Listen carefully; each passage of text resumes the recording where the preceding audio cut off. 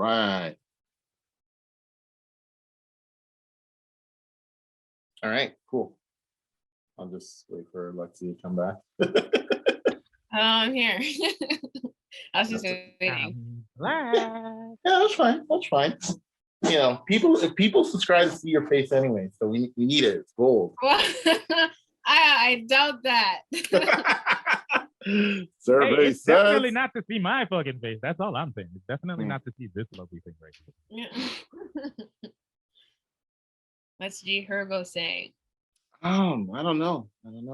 Luke Ross ass voice motherfucker. God damn, this nigga was easy as shit. All right.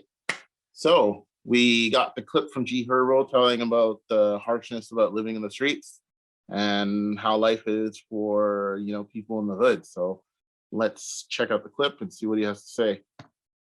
Ready. Oh wait, we can't hear him though.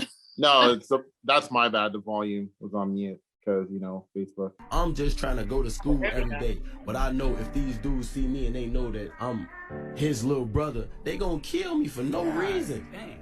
For no reason. That's an ill perspective, because I mean, police catch you and you got the gun, you going to jail. You going to jail. You can't tell the police what. You can't tell the police. You can't tell them like I gotta have this gun on me when I leave out the house. If I leave out my house at 8 in the morning going to school and the wrong person see me, they gonna kill me in front of my mama's house. God. My mother gonna have to come outside and see my brains blown out right there. Like, that's the harsh reality of being in Chicago, and you have to really understand it. We not animals, we not beasts, we not demons, we just products of our environment. Like, literally, that's the harsh reality of growing up in Chicago. I have morals. I want to get home to my mother every single night, so I'm willing to take another man's life for my life. You know what I'm saying? Like, that's just the harsh reality of growing up in Chicago. I don't even have the same mindset that I had when I was 17. You're the same as your brothers, but you don't understand. All right, so let's quick little clip, but pretty much him running down on how serious it is for him on those streets. There's not much for us to say too tough because we're not from the States. I know about Chi-Town already, but it's like I have family in the States, but I don't know how it feels to be targeted every day. Like, we have a lot of freedom compared to what they have. We could walk on the streets, we can do whatever, and not get in situations where we have to think to ourselves, oh, are we gonna die today? Or like, is like the police officer gonna shoot us? Like, we don't have to worry about that. I would say they actually have to worry about that daily. I can't really speak on this too tough only because I don't know how it feels. Ladies and gentlemen, looks like I can only empathize with him on what he's telling me. But I can't understand how he feels in depth because I don't know how it feels to live in Chi-Town or like anywhere in the States, how it feels. I could see how it is. It's horrible. I could never live life like that. I'm going to be totally honest. I can't. So kudos to them that they could even survive that, honestly, because that is crazy that they even have to worry about stuff like that on the daily too. That's stressful. I mean, I guess for me, my parallel, the way I bring it to is like Canada's different. For me, Canada's been refuge because we grew up like that in Jamaica. Like, my parents were well off and they had money, and we grew up like in a very, very good community. And my dad put me in the best schools possibly could. But right across the street was gunshots every day. Going home, you see a dead body like it was nothing. Like, one of my earliest memories is after a hurricane. They didn't have enough facilities in the morgue to keep the body. So the people that died from the flooding, they just lit them on fire. Like, I grew up that way. I grew up having to not know that I can't go see my friend. I couldn't go see my friend in Rima village because I'm from the other side. And if I walk across, they'll ask me where I'm from and might shoot. So I completely understand that life. Yeah, like other people can't, but if you're from Canada, damn, we have nothing to say. I can't relate. I can understand, but I can't fully relate. Well, that's kind of rough. Yeah, so it's the question between empathy and sympathy, right? Like, you know, we have sympathy for this situation because the fellow members of the community, even though they're south of the 49th, you know, we do like, we would assume those problems if we were to be in Chicago right now. right? Because like, you know, but it happened right here though. That's the thing, y'all. We live. All right, let's be honest. There's two sides to Canada. There's the side of Canada that thinks. Sorry, say again. No, I said there's two sides to Canada. There's the side of Canada that lives its life between the norms and the means, and then there's career criminals that live here. Career criminals literally live that type of life. He's not a career criminal though. Like we have to. I know that.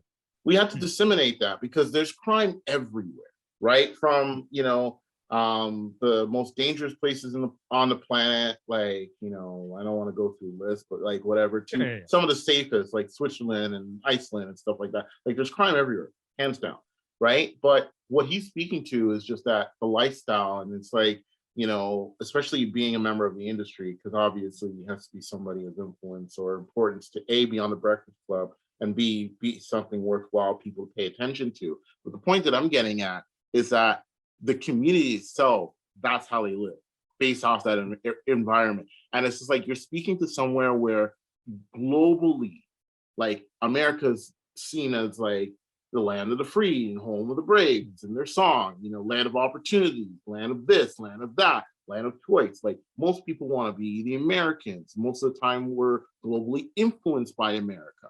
So for a country that is like celebrated and like looking for the equivalent word to being celebrated, that's not really no, they're influence everything. Well, I'm not talking about influencing. I'm just saying how a country can be the global leader and almost a global degenerate at the same time. Well, right? They lead in both aspects, is what you're saying. They're a great aspiration country to what people want to aspire to, but they also got some of the worst places on the planet in the same country. Right. That's why I was highlighting yin and yang. Degeneracy, right? So, you know, it's unfortunate that they have those pockets. And on top of that, it's reminding people that it's just like that is a world that people live, right? And it's not, he even says, it's like, it's not that I want to do this, right? It's I want to make it home to my mom every day. Yeah. Yeah. Well, but like that's the thing, like it's sad that they even have to think about that daily. Like they have to worry about even being able to see their mom like the next day. Like I can never, it's already stressful enough that you go through regular life stresses and daily situations, and then on top of that you got to worry about your life daily. That's right. Kind of look, I'll show you a situation. I go see one of my best friends. I'm about to go, like, as soon as the whole corona and everything goes, I gotta go see my birthday Gary. And he don't live in a bad neighborhood. But ask my boy if he's not always strapped. Him, his wife, there's two in the house. There's a house gun. And they don't live in a bad neighborhood. Huh? Is there a toilet gun? Remember that? Bro, probably is. Kevin Hart. Like, probably is. I am not. No, bro. Like, no, because one time, all right, you know how the situation brought up? I was sitting there, we're talking, I'm in the garage smoking, he's in the garage smoking, we're just talking to Sam. And I noticed he's sitting there cleaning his piece in the corner. And I'm like, bro, Gary, you really got to carry that thing around everywhere? He's like, bro, are you stupid?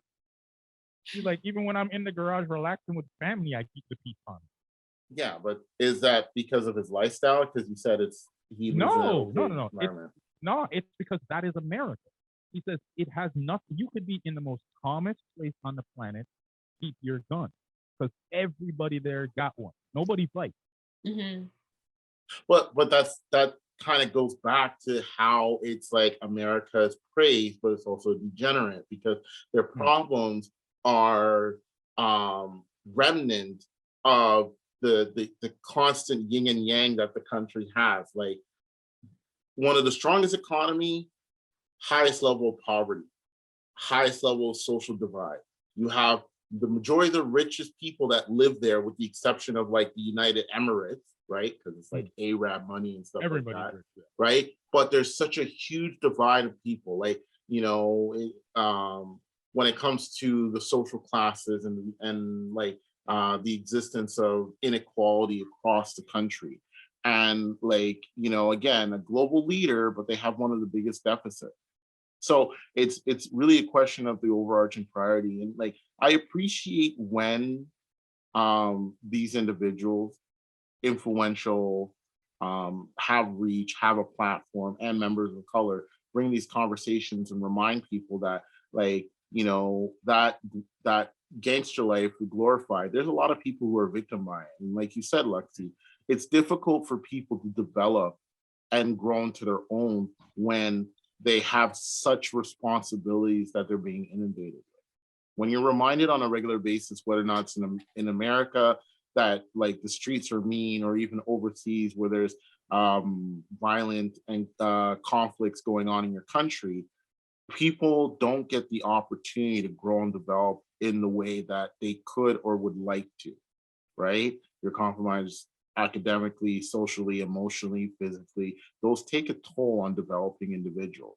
And then it makes it's such a it's such a thing that impacts the overarching development of society, because you have a certain, like, if you look at the average in the bell curve, to have these people who are suffering just impacts everyone, right? The overarching growth of your community and your country gets compromised because these people are struggling in your own backyard. And it's disgusting in a sense that, you know, a lot of people look at that objectively and say, well, you know, it's like, it's their problem. I don't know how to deal with it. And then investing in trying to make those situations a little bit better is always overlooked, right? Like hearing that story, and then a lot of people are like, that sucks, but what am I going to do about it? You know, that's a tough thing to be viewed as a group that nobody really gives a shit about, right? I mean, I guess for me, I just always take it as the heart. Like I said, I grew up like my younger childhood. I wouldn't say my older childhood was anything like that. I would say my younger childhood were like that because the carefulness that had to be applied. You had to make sure you didn't walk in the wrong street. You didn't. I remember one time it happened. One time, and the only reason why they gave me a pass was because I was a kid. I was supposed to go left. I went right, and I cut down the wrong street, and I end up in this little shack lane. And before I knew it, there was 3 dudes with guns. Yeah. Like before I even could even turn around, they were already there. I couldn't even turn back and go home the other way because they were already right there. And there's times I've almost been robbed just because I'm walking home, and I live in a good neighborhood. Like I never told the story even to my dad because my dad owns weapons, and I know how he is. He just jumped in the truck and tried to find me. Yeah. And that's another wasted time. But it's just a situation, right? Like Herbo said it best. He's just trying to make it home. And that's the sentiment I bond with. I remember that feeling of just trying to make it home. Yeah. A lot of us are doing that, man. I feel sorry for them kids. I pray for them every day because some of us are just trying to get home. We don't want to be the animals, the thugs, but sometimes we gotta. Please, if you like the comments that are happening right now, don't forget to like, subscribe, and share. And please, give us your comments. Let us know. Have you lived a life like this? Have you ever been in anything like this? Tell us your story. Put it in the comments below.